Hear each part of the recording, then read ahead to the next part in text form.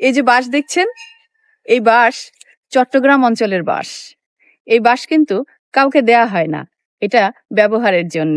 এই যে এই বাঁশের একটা বৈশিষ্ট্য দেখাই, এই বাঁশের দেখেন একটা গিট থেকে যে আরেকটা গিটের দৈর্ঘ্যগুলো কিন্তু এক। আর এই বাঁশগুলো নানান কাজে ব্যবহার হয়।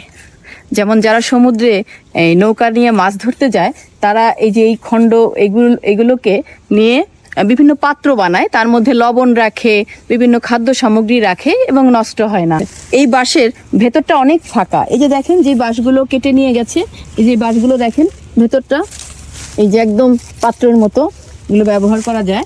সমুদ্রের জেলেরা যে এই গিট থেকে এই গিট পর্যন্ত এটা কেটে, মানে এইটুকু অংশ এরা কেটে জালের সঙ্গে বেঁধে রাখে এবং এটার মধ্যে পানি ঢুকে না।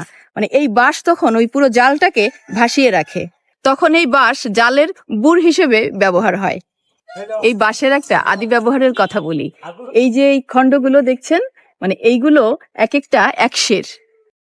আগের দিনে কিছু মাপার জন্যে সের হিসেবে এই বাঁশের ব্যবহার ছিল। এই বাঁশের নাম উড়া বাঁশ। চট্টগ্রামে এসে উড়া বাঁশ দেখলাম চক্ষু মেলিয়া।